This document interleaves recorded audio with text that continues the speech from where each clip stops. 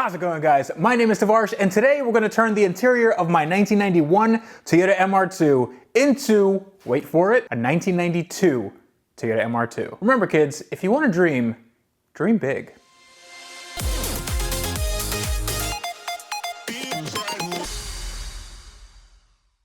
Starting at less than $100, MVMT watches offer classic design, awesome quality, and jaw-dropping good looks that are perfect for every occasion. My viewers can get $15 off today with free shipping by going to mvmt.com and using the code Tavarish15. Join the movement.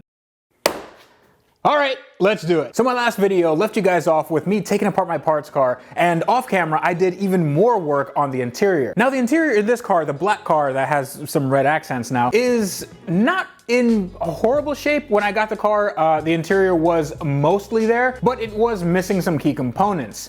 And also it was the NA interior, which doesn't have some of the turbo goodies that I really wanted. But nevertheless, the bones of this car, at least on the interior part, were somewhat salvageable. So what I'm gonna do is I'm gonna take the best from my parts car and putting it into this car. So the first order of business is gonna be taking this interior apart. Now, if you're stripping the interior of any car, you'll realize that there are lots and lots of bolts and screws and nuts and clips and fasteners and everything that keep an interior together. And they can get a little bit daunting as far as keeping them all in order. Thankfully, I got one of these, this little bolt organizer, and I used it on my parts car. Now, that way I'll know where all the bolts go, because some of the bolts are missing. I mean, most of the bolts are probably missing from this car. So it's really good to have one of these handy. They're really cheap, they're like $5, and it's really good insurance against losing bolts or making sure that you have the right fastener and you don't strip threads or anything like that. Now, as you can see, the interior is already halfway taken apart. You can see that the shifter linkage is off because I have to do a little bit of work with that. The dashboard is completely out, the radio, all that has been removed, and some of the dash panels are off, and the speedometer is just loose. So that makes things a lot easier, especially if we want to strip the rest of it. So the first thing we have to do is we have to remove these seats, which come out with 14mm bolts. I believe there are 5 of them, and there's 2 in front and 3 in the back. It's really easy. Just get a ratchet and socket and yeah, go to town.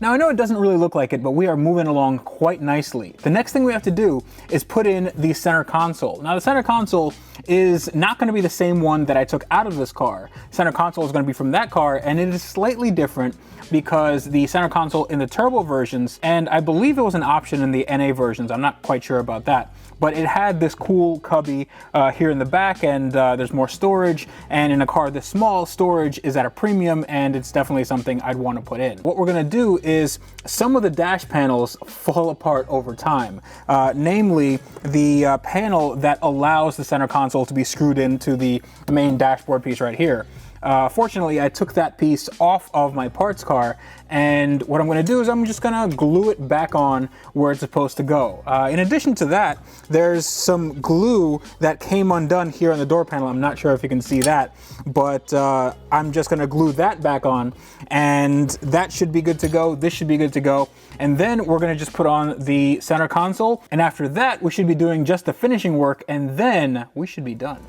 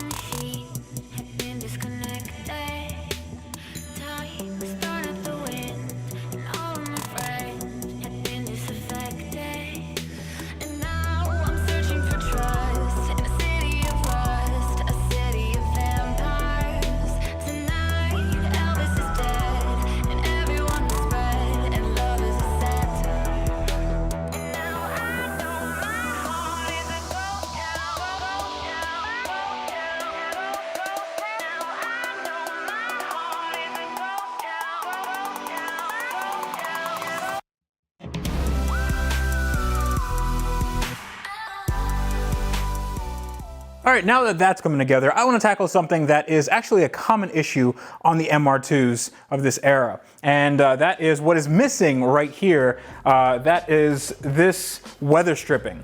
Now, the weather stripping usually needs to be replaced, but the weather stripping on this car, on my parts car, was in decent enough condition that I could just take it off and I'm gonna put it back on here. Now, usually what people do is they start taking off the headliner and removing all the stuff from the interior. You don't need to do that to change these out. All you need to do is take out 2 screws right here, and you need to take out 2 10mm bolts, one on this side and one on this side, and then you just peel it back and hopefully don't end up with something too damaged. This actually is in really good shape, even though I'm twisting it like hell right now. But we're gonna put these in, and then I'm gonna try to roll up the window and see if it makes a good seal, because the seal in this car that was on here previously was really bad. It would leak, and somebody took a tub of silicone sealant, RTV or something, and they just went to town and they didn't do a really good job. So we're gonna make sure that it seals and it doesn't let in any water.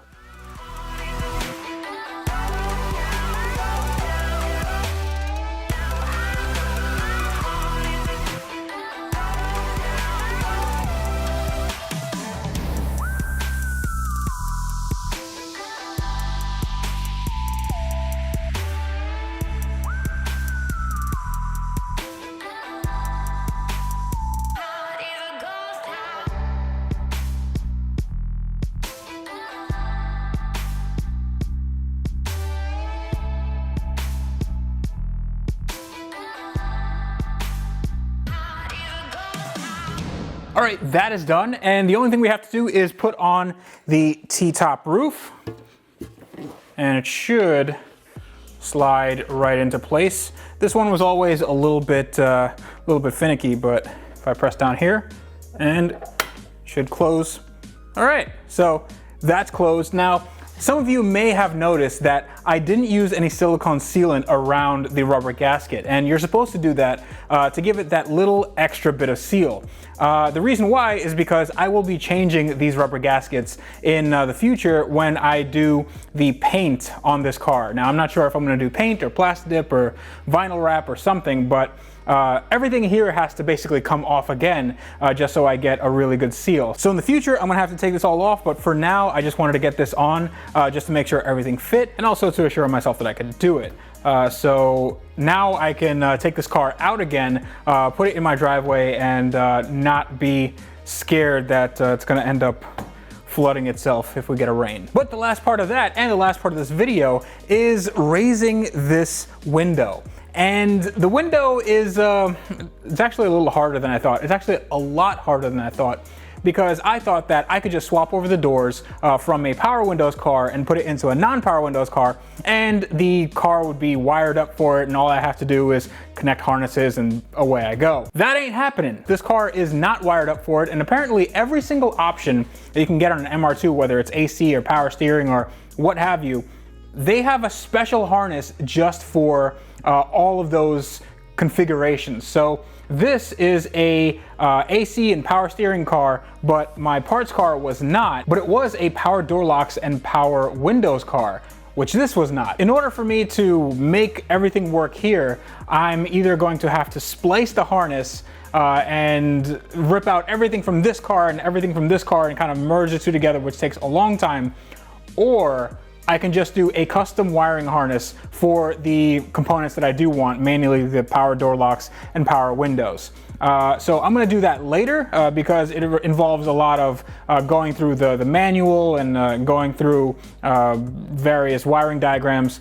But for now, I need to get this window up because this car has to leave at some point. I don't want it to be on my lift forever. So what we're gonna do is we're gonna find the power and ground wires for the window motor, and we're just going to jump them and hopefully it works. Okay, so now is the home stretch. I say that a lot, but it really is a home stretch, at least for this episode, because I do have to get a lot of other stuff done. As you can see, I don't have a gauge cluster. I will be doing something interesting with the gauge cluster in a next episode, but we have to get these windows up, these power windows up.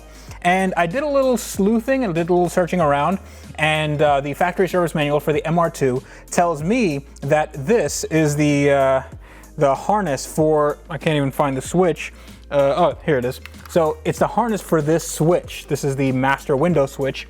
And this is the harness that plugs into it and which goes into the motor for the window. So I'm gonna have to give some power to 2 of the pins here. And usually you can tell which wires go to a motor when they're a little thicker than the other wires, which could be signal wires or something like that. So this is pin 3 and 4 on the master window switch, just in case some of you have MR2s of your own and you wanna do this. Not sure if that's a big demographic. I have 2 leads I jacked from my cheap multimeter, and we're just gonna put that into the 3 and 4 pins here on the switch. And it's a little bit finicky, but we just have to make sure that it's kind of snug in there because we don't want anything moving around. Okay, now that that's in, I have a battery box. I don't know if you can see it.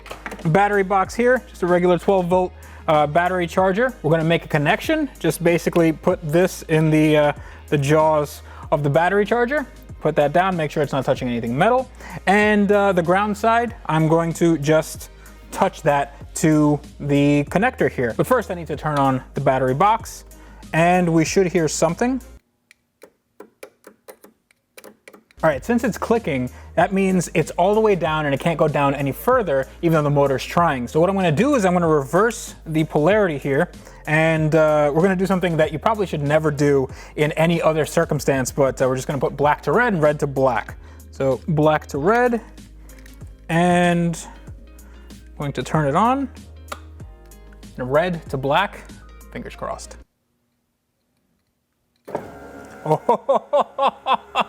Oh yeah. And it's easy as that. Just because I spend all my money on cars and enjoy getting my hands dirty doesn't mean I don't sometimes like to look good. What it does mean is that I don't want to go broke doing it. Thankfully, MVMT watches gives me the clean, minimalistic look that I want in a watch, and they start at less than $100, making it the best styling bang for your buck you can get, which basically means it's the watch equivalent of an Aston Martin V8 Vantage. I've been wearing MVMT watches for quite a while before they were a sponsor, but now that they are a sponsor, my viewers can get $15 off with free shipping by going to mvmt.com and entering the code Tavarish15. Join the movement. So this car has a long way to go, but we're getting there. We're getting there. I chose to omit some things, namely the radio, the gauge cluster, and also the seats, because that's coming up in an upcoming episode, and I think you guys are gonna like what I'm doing with those components. But as you can see, it is pitch black outside, and it is getting late. I'm getting a little tired, but we are trudging along on this thing. We got a lot done today, and we're gonna get more done in the next episode, and it's gonna be a fun time. If you like this video, consider subscribing to my channel. You can hit that subscribe button or hit the bell next to the subscribe button, which makes you part of my notification squad. And every time I do anything on these cars, you guys will be the first to know. If you want to contact me for any reason, you can do so at TheRealTavarish. That is Instagram and Twitter. Facebook.com/AskTavarish and AskTavarish@gmail.com is my email. I'm easy to find, and yeah, I'm down to talk. But until next time, this is me telling you that on cars like this, that never really get finished, but we're getting there. We're getting there. You guys need to wrench every day.